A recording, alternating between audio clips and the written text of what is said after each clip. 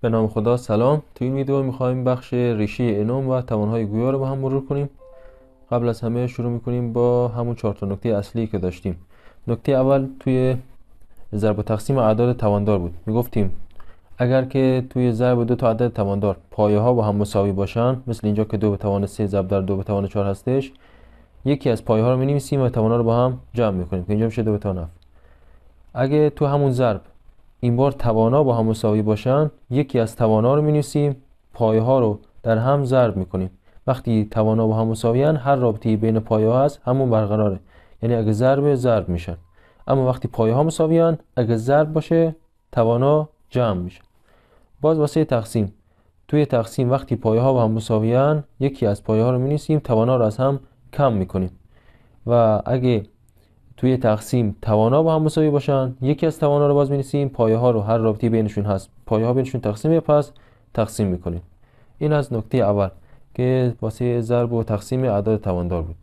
اما نکته دوم راجع به توان رسیدن منفی هستش، علامت منفی. مثلا یه جا داریم منفی 2 به توان 4، یه بار دیگه داریم منفی 2 به توان 3 و دو حالت جدا از این، یعنی منها بیاد بیرون، منهای 2 به توان 4، منهای 2 به توان 3. یه بار داخل پرانتز باشه منها، یه بار چی بیرون پرانتز.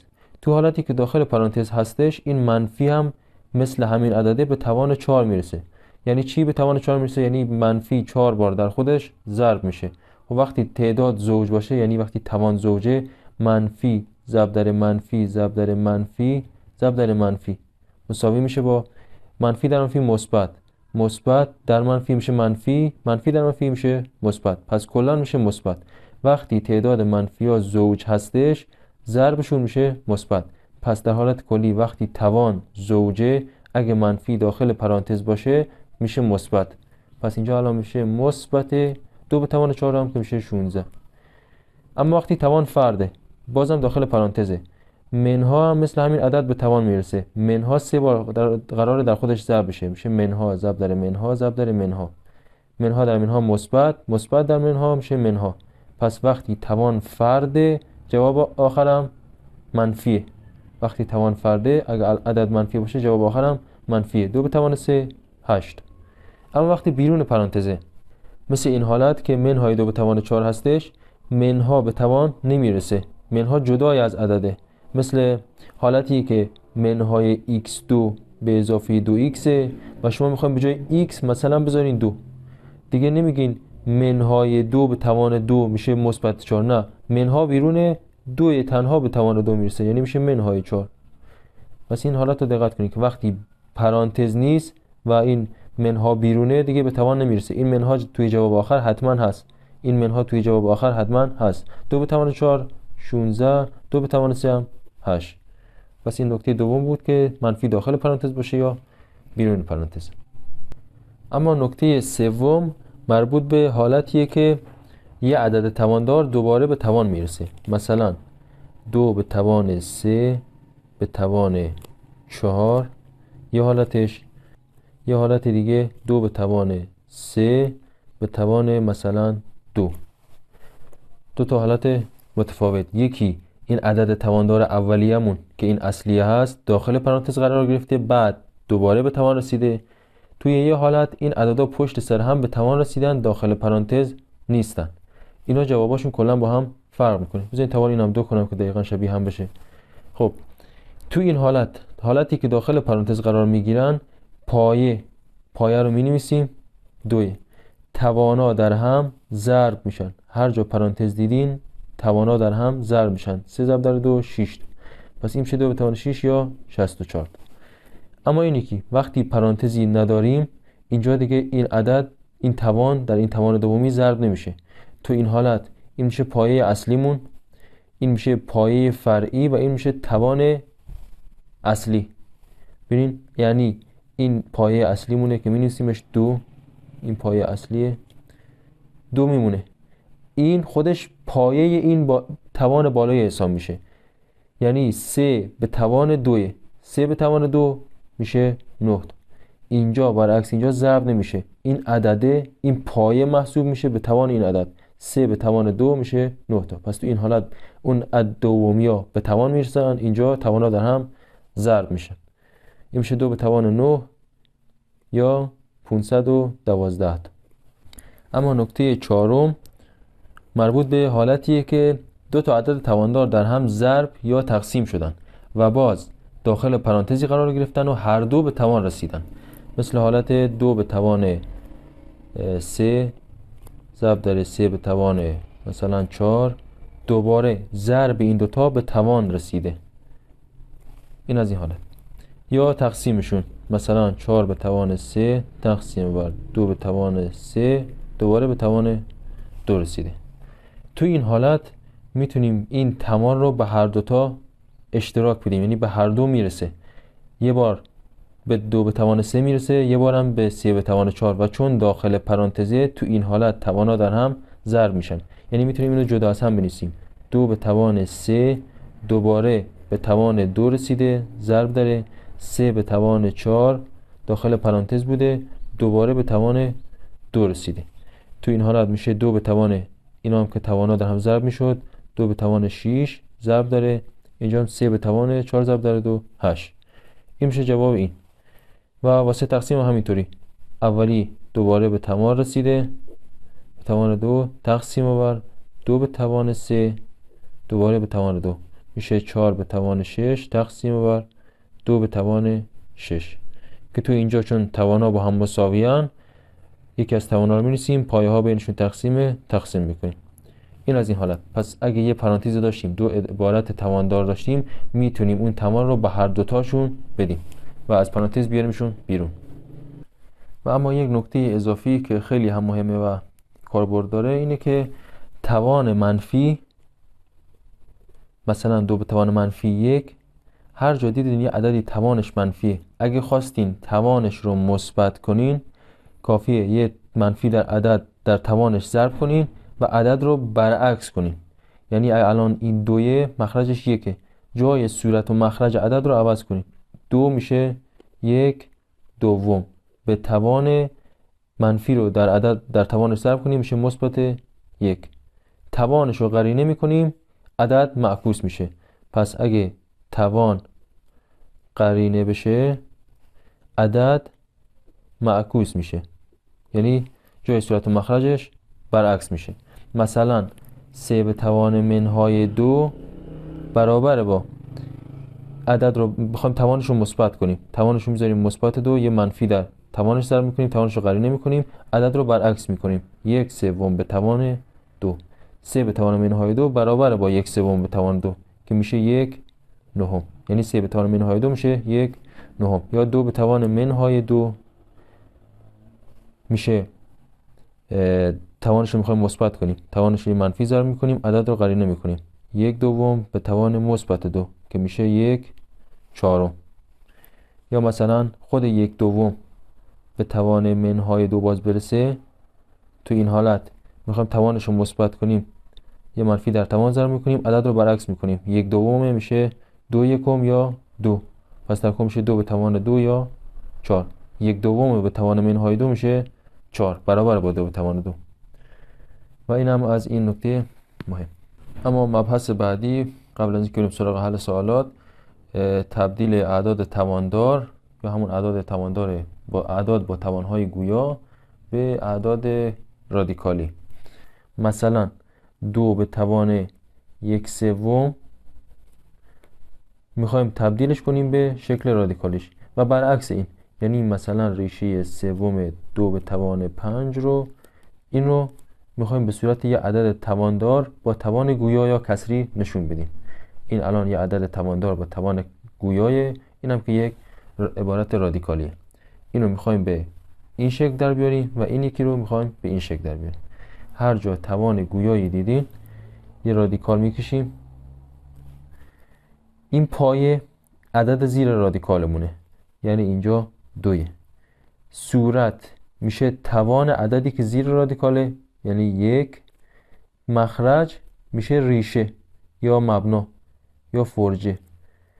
پس اینطوری شد صورت میشه توان عددی که زیر رادیکاله و مخرج هم میشه ریشه یا فرجه و اون عدد پایه هم که میشه عدد زیر رادیکال. اما برعکس این، همین رو میخوایم برعکس کنیم. اینجا 2 به توان 1 سوم میخونیم، 2 به توان 1 سوم، یا حالت دیگهش که بخوایم بخونیم ریشه سوم 2 به توان 1.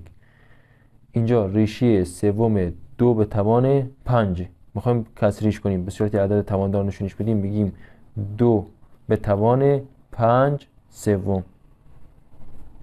همین توی امتحان در همین حد از شما میخوام که یه عبارت تواندار رو به یه عبارت رادیکالی تبدیل کنیم و برعکسش رادیکالی رو به یه عدد با توان گویا بنویسینش. مثلا یه مثال دیگه، 7 به توان 1 سوم میشه چی؟ ریشه سوم 7 به توان 1. یا مثلا ریشه چهارم 5 به توان 2 میشه 5 به توان 2 چهارم. یا 5 به توان، اینا رو ساده کنیم، 1 دوم. 1 دوم هم که همیشه چیه؟ همون رادیکال 5، یعنی ریشه چهارم 5 به توان 2 همون رادیکال 5 میشه. اینا رو میشه با هم خط زد یا ساده کرد. توان زیر رادیکال رو با فرجه میشه ساده کرد. برای همینه که مثلا 4 به توان 2 رادیکال 4 به توان 2 میشه چند؟ رادیکال 16 میشه 4. در واقع داریم این 2 رو با این فرجه 2 که نمی نویسیمش خط میزنیم، فرجه 2 رو نمی نویسیم. یه مثال دیگه، مثلا 12 به توان منهای 2 یازدهم. میخوایم این رو به صورت عبارت رادیکالی نشون بدیم. میشه ریشه مخرج 11، پس ریشه 11 12 به توان منفی 2. یکی دیگه مثلا ریشه 10 3 و 7 رو میخوایم به صورت عبارت تواندار بنویسیمش. بنویسیم 3 ممیز 7 به توان، اینجا توانش 1 دهم، 3 و 7 به توان 1 دهم. پس این شد از تبدیل اعداد با توان گویا به رادیکالی و برعکسش. در حالت کلی میگیم که یه عبارت، یه عددی مثل آ که حتما هم مثبته، اگه یه توان گویایی داشته باشه، مثلا m تقسیم بر n، صورتش m باشه، توان مخرجش n، توانش باشه، این یه عدد به یک توان گویا یا کسری، بخوایم به صورت رادیکالی بنویسیمش، بنویسیم که a به توان m، اینم ریشه n، ریشه nم a به توان m. این از حالت کلی شد. نکته دیگه که اینجا میتونیم داشته باشیم اینه که این عبارت گویا رو با عبارت با توان گویا رو مثل a به توان m تقسیم بر این، چون این عبارت گویا یا کسر رو میشه به دو حالت نشونش داد.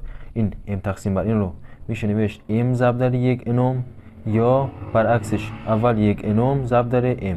این ترتیبات توی توانا فرق میکنه. مثلا اینجا ببین اول گفتیم a به توان m بوده، بعد به توان 1 نم رسیده، داخل پرانتز بعد به توان رسیده، ضربشون یکی میشه، m ضرب در 1 نم میشه همین m نم. یا برعکسش بگیم اول a به توان 1 نم رسیده، بعد به توان m رسیده. خب این ترتیب توانا توی عدد توان در مشخصه که فرق نمیکنه، چون قرار ضرب بشن، چه 2 ضرب در 3 چه 3 ضرب در 2. اما توی رادیکالا اگه این پایین رو دقت کنین میبینید که همین a به توان m نم، این رو اومدیم چی به صورت رادیکالی نوشتیم. اول a به توان m بوده، یعنی یه a به توان m داشتیم، بعد ریشه 1 نم گرفته که میشه چی؟ این توان 1 نم گرفته که میشه ریشه نم. اینجا اول a به توان 1 نم رسیده، یعنی چی؟ یعنی ریشه نم a به توان 1، ریشه نم a به توان 1، این بعد دوباره به توان رسیده. نکته اصلی چیه؟ نکته اصلی اینه که این عدد زیر رادیکال، این توانه فرقی نمیکنه چه زیر رادیکال باشه چه بیرون رادیکال. ریشه نم a به توان m مساوی با ریشه نم a کلا به توان m، یعنی توان زیر رادیکال رو میشه آورد کلا بیرون. خب چند تا نمونه سوال از امتحانات نهایی که از این بخش تبدیل اعداد تواندار به رادیکالی و برعکسش هست. یکی بوده 31 صدم به توان 1 دوم. خب این یه عدد با توان گویا هستش، میخوام به عبارت رادیکالی تبدیلش کنیم. گفتیم رادیکال رو می‌نویسیم، این پایه میشه عدد داخل عدد زیر رادیکال، صورت میشد توان این عدد، توان 1 رو نمی‌نویسیم و مخرج هم که میشد فرجه یا ریشه. پس میشه 31 صدم به توان 1 دوم یا ریشه دوم 31 صدم یا رادیکال 31 صدم که دو رو هم نمی‌نویسن دیگه. هر جا ریشه دوم شد شما همون فقط عدد رو بنویسید، میشه رادیکال 31 صدم. این ریشه سوم 47 میخوایم به یه عبارت تواندار با توان گویا تبدیلش کنیم. میشه 47 به توان این میشد مخرج و این توانش میشد صورت به توان 1 سوم در واقع. 47 به توان 1 سوم میشه ریشه سوم 47. 6 به توان 1 نهم داریم، میخوایم به صورت رادیکالی بنویسیمش. میگیم 6 اینجا توانش 1 فرجه 9 ریشه نهم 6 میشه 6 به توان 1 نهم. ریشه ششم 2 دهم به توان 5 های میشه 2 دهم رادیکالی میخوام به توان دار بنویسیم. 2 دهم به توانش باید کسری بشه، صورت مخرج 5 ششم. 2 دهم به توان 5 ششم میشه ریشه ششم 2 دهم به توان 5. ریشه هفتم 9 به توان 4 میشه 9 به توان 4 هفتم، صورت مخرج. اینی که باز توان داره میخوایم به رادیکالی تبدیلش کنیم. 25 صدم توانش 1 صورت 1 مخرج 4 مخرج 4 صورت 1 ریشه چهارم 25 صدم. این از این نمونه سوال خیلی هم ساده هستن. اما چند تا نمونه سوال از بخش ضرب و تقسیم اعدادهای تواندار از اون 4 تا نکته‌ای که داشتیم. سوال اولش بوده 2 به توان 1 دوم ضرب در 8 به توان 1 دوم. تو این حالت اگه دقت کنید توانا با هم مساویان. توی ضرب اعداد تواندار اگه توانا با هم مساوی بودن یکی از توانا رو می‌نوشتیم، پایه ها رو نگاه می‌کنیم چه رابطه‌ای بینشونه، ضرب پس ضرب می‌کنیم میشه 2 8 16 تا یکی از توانا رو هم می‌نویسیم.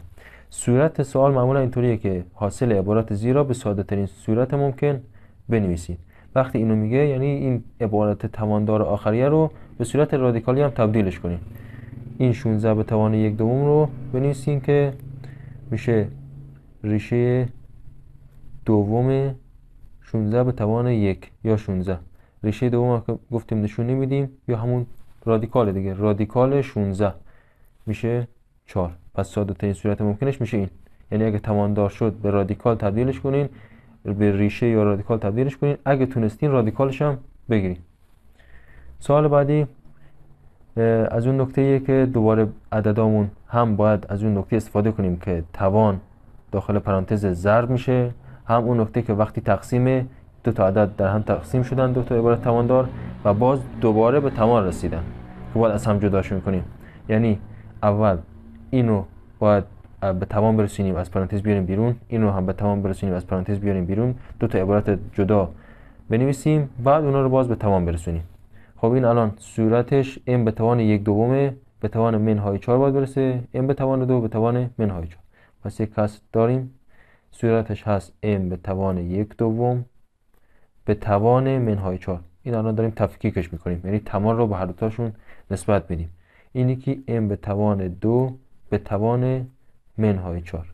خب تو این حالت میگفتیم وقتی عبارت تواندار داریم که داخل پرانتز دوباره به توان رسیده، توانا در هم ضرب میشن، یعنی بالا میشه m به توان منهای 4 ضرب در 1 دوم. یعنی منهای 4 تقسیم بر 2 ضرب در 1 دوم یعنی تقسیم بر 2. پس میشه m به توان منهای 2. اینجا m به توان 2 ضرب در منهای 4 میشه m به توان 2 ضرب در منهای 4 میشه منهای 8. منهای 8 ببخشید. منهای 8. خب رسیدیم به یه تقسیم دو تا عدد تواندار، پایه ها با هم مساویان. وقتی تقسیم بود پایه ها مساوی بودن، یکی از پایه ها رو می‌نویسیم، توانا رو از هم کم میکنیم، چون تقسیمه توانا از هم کم میشن. میشه منهای 2 منهای 8، یعنی میشه منهای 2 به اضافه 8، در واقع 8 منهای 2 میشه مثبت 6. پس در کل شد m به توان 6. این یکی بوده 3 به توان 4 تقسیم بر 2 به توان 6 داخل پرانتز کلن به توان 1 دوم. خب هر دوتا رو به توان میرسونیم، جداشون میکنیم، یعنی میشه 3 به توان 4 دوباره به توان 1 دوم، پایین هم میشه 2 به توان 6 دوباره به توان 1/2. حالا یه عبارت تواندار داریم دوباره به توان رسیده، داخل پرانتز هم هست، توانا در هم ضرب میشن، میشه 3 به توان 4 ضرب در 1/2. این 4 ضرب در 1/2 یعنی همون 4 تقسیم بر 2. پس میشه 4 تقسیم بر 2 میشه 2 تقسیم بر، اینجا هم 2 به توان 6 ضرب در 1/2 یعنی 6 تقسیم بر 2 میشه 3. خب شد 3 به توان 2 تقسیم بر 2 به توان 3. از این ساده تر نمیشه چون نه توانا نه پایه ها با هم مساوی و نه توانا. 3 به توان 2 میشه 9، 2 به توان 3 هم میشه 8. ساده ترین حالت ممکنش همین 9/8 هستش. اما این یکی دو تا عبارت تواندار در هم ضرب شدن، پایه ها با هم مساوی ان. یکی از پایه ها رو می نویسیم، توانا رو کافیه با هم جمع کنیم. 74 صدم به اضافه 26 صدم. 74 به اضافه 26 میشه 100. میشه 100 صدم یا همون 1. 26 صدم به اضافه 74 صدم میشه 1. میشه 3 به توان 1 یعنی 3. و این هم از حل این سوال. خب یه سوال دیگه اگه بخوایم از این بخش حل کنیم، بوده m به توان 3/4 ضرب در m به توان 1/2 کلا داخل پرانتز به توان 2 ضرب در m به توان 2 ضرب در m به توان 3 داخل پرانتز کلا به توان 1/2. خب دو تا عبارت تواندار در هم ضرب شدن، دوباره به توان رسیدن هر دوتا. باید تو این حالت توانا رو تفکیک کنیم، یعنی یه بار این به توان 2 یه بارم این به توان 2. خب همین روش رو میریم، m به توان 3/4 به توان دوباره 2 ضرب در اینم جدا میکنیم n به توان 1/2 به توان 2 ضرب در این یکی هم دوباره هم مثل همونه تفکیکش میکنیم میشه n به توان 2 ضرب n به توان 2 به توان 1/2 ضرب در n به توان 3 به توان 1/2 مساوی با یه عبارت تواندار دوباره به توان رسیده، توانا در هم ضرب شدن چون داخل پرانتز بود، میشه m به توان 3/4 ضرب در 2. 2 ضرب در 3/4 میشه، یا میتونیم صورت‌ها رو در هم مخرج‌ها رو در هم ضرب کنیم یک سادهش کنیم. 3/4 ضرب در 2 2 رو با 4 خط بزنیم میشه 3/2 m به توان 3/2 ضرب در این یکی 1/2 ضرب در 2/1 میشه صورت ضرب در صورت مخرج در مخرج 2 تقسیم بر 2 میشه 1. پس میشه n به توان 1 ضرب داره این یکی m به توان 2 ضرب در 1/2 بازم 2 با 2 خط میخونه میشه 1 ضرب در m ضرب داره n به توان 3 تا 1/2 3 ضرب در 1/2 میشه 3/2 n به توان 3/2. خب به اینجا که رسیدیم پایه ها رو نگاه میکنیم، دو تا پایه m داریم دو تا پایه n. خب اینجا پایه ها با هم مساوی هستند، پس یکی از پایه ها رو می‌نویسیم پایه m، تواناش رو با هم جمع میکنیم، این 3/2 و این 1. 3/2 به اضافه 1 که همون 2/2 در واقع میخوایم مخرج رو یکی کنیم، اینو می‌نویسیم 2/2 این 3/2. 3/2 به اضافه 2/2 میشه 5/2 ضرب داره اینم n پایه ها یکی باز یکی از پایه ها می‌نویسیم، اینم توانش 1 به اضافه 3/2 1 همون 2/2 2 تقسیم بر 2 پس میشه 2/2 به اضافه 3/2 بازم میشه 5/2. به اینجا که رسیدیم این بار توانا با هم مساوی شدن، یکی از پایه توانا رو می‌نویسیم 5/2 پایه ها بینشون چه رابطه؟ یه ضرب، پس در هم ضرب میشن m n داخل پرانتز هر دو تا به توان 5/2 رسیدن. این از حل این سوال. بخوایم ساده ترش رو بنویسیم یعنی شکل رادیکالیش هم بنویسیم، می‌نویسیم که mn بوده توان پنجمش ریشه دومش، یا در واقع میشه رادیکال mn به توان 5. اینجا هم باید داخل پرانتز باشه چون اگر نباشه یکیش به توان رسیده، در صورتی که هر دو تا به توان 5/2 رسیده بودن. خب یه سوال دیگه که بخوایم از این بخش حل کنیم یه ذره نسبت به بقیه باید بیشتر از نکاتی که گفتیم استفاده کنیم. اینه که بوده 2 به توان 3 داخل پرانتز به توان 4 ضرب در منها بیرون پرانتز، اصلا پرانتز نداشتیم، 2 به توان 2 دوباره به توان 2 داخل پرانتز هم نبوده، مخرج بوده منهای 1/2 به توان منهای 5 ضرب در اینجا منهای 2 داخل پرانتز به توان منهای 3. خب از اونجایی که مشخصه پایه ها 2 هستن، 2 2، اینجا هم 2، اینجا 1/2. خب مشخصه که باید این پایه رو هم 2 کنیم، یعنی باید پایه‌شو اینجا رو برعکس کنیم تا پایه ها همه 2 بشن و بعد بتونیم ادامه بدیم. خب با 2 به توان 3 به توان 4 شروع میکنیم. 2 به توان 3 رسیده، باز دوباره به توان 4 داخل پرانتز. وقتی داخل پرانتز بود توان‌ها در هم ضرب می‌شدن. 3 به توان 3 ضرب در 4 میشه 12، میشه 2 به توان 12. پس این از این ضرب داره. منها بیرون پرانتزه. وقتی بیرون پرانتز بود این که توان زوج بشه یا فرد بشه فرقی نمیکنه، این منها بیرون میمونه. پس تا الان یه منها داریم، کلا میتونیم پشت همین خودش بذاریم یا کلا پشت این بذاریم، چون ضربه فرقی نمیکنه کدوم که منفی باشه. پس این منفی رو گذاشتیم اینجا. 2 به توان 2 دوباره به توان 2 داخل پرانتز هم نیست، پس تو این حالت اول این به توان این عدد میرسه، بعد این میشه توان این. 2 به توان 2 میشه 4، در کل میشه پس 2 به توان 4. 2 به توان 4. این 2 خودش پایه اصلی بود، این باز میشه پایه فرعی و به توان این میرسه. 2 به توان 2 شد 4، در کل شد 2 به توان 4. تقسیم بر قرار بود این 1/2 رو برعکسش کنیم. خب نکته پنجم بود که در واقع بهتون گفتم، وقتی توان منفیه یا کلا میخوایم یه پایه رو عوض کنیم، کافیه توان رو قرینه کنین تا پایه برعکس بشه. میخوایم پایه برعکس بشه، توان رو یه منفی ضرب میکنیم. توانش رو در یه منفی ضرب کنیم میشه مثبت 5. پس توانش هست مثبت 5. اینو برعکسش کنیم، 1/2 میشه 2/1، اما منفی خودش میمونه. به علامت منفیش کاری نداریم، ما فقط برعکسش کردیم. 1/2 شد 2/1 یا 2. منفیش هم خودش مون. توان رو فقط قرینه کردیم. توان قرینه پایه برعکس. توان شد مثبت 5، پایه هم که شد 2. خب ضرب در، اما اینجا این دقت کنید، این منفی داخل پرانتز به همراه عدد به توان 5 رسیده. توانم فرده، پس یه منفی سر آخر میمونه، یعنی اینم جوابش در کل میشه چی؟ یه منفی داره. حالا اینو مرحله بعد میذاریمش. اینجا منهای 2 بوده به توان منهای 3. خب اینم که خودشو می‌نویسیم، پایش خوبه 2 هست و اینم منهای 3. خب همین الان بیایم که علامتاشو، علامت نهایی رو مشخص کنیم که علامت آخر چی خواهد بود. یه منها بیرون پرانتز داریم، به توان نمیرسه، پس یه منها صورت داره. یه منها در صورت داریم. تقسیم بر اینجا یه منهای داخل پرانتزه به همراه عدد میخواد به توان برسه، توانش فرده. توان که فرد بود بازم میشد منها. اگه زوج باشه منها در منها میشه مثبت. وقتی فرده یه منها آخرش میمونه، پس این میشه منها. اینم منهای 2 باز به توان منهای 3. درسته؟ با اینکه توان این که منفیه مهم نیست، فرض کنید توانش فرده دیگه 3 بار قراره در خودش ضرب بشه، پس اینم میشه چی؟ منها.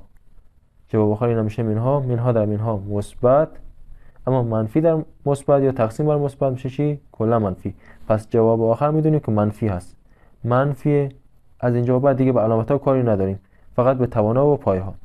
2 به توان 12 ضرب در 2 به توان 4. پایه ها یکیه، یکی از پایه ها رو می‌نویسیم، توان ها رو با هم جمع میکنیم. 12 به اضافه 4 16. اینجا علامت ها گفتیم دیگه، مشخص کردیم چی شد. جواب آخر کاری نداریم. 2 به توان 5 ضرب در 2 به توان منهای 3. پایه ها یکی هن، پایه ها هر دو تا 2 هن. توان ها 5 و منهای 3 با هم جمع میکنیم. 5 منهای 3 جمع که بشه میشه 2. میشه 2 به توان 2. خب رسیدیم به یک کسری، جواب آخرش میدونیم منفیه. تقسیم پایه ها با هم مساوی هن. یکی از پایه ها رو می نویسیم، توان ها رو از هم کم میکنیم. چند تقسیمه؟ 16 منهای 2 میشه 14 تا. پس جواب آخرش میشه منهای 2 به توان 14.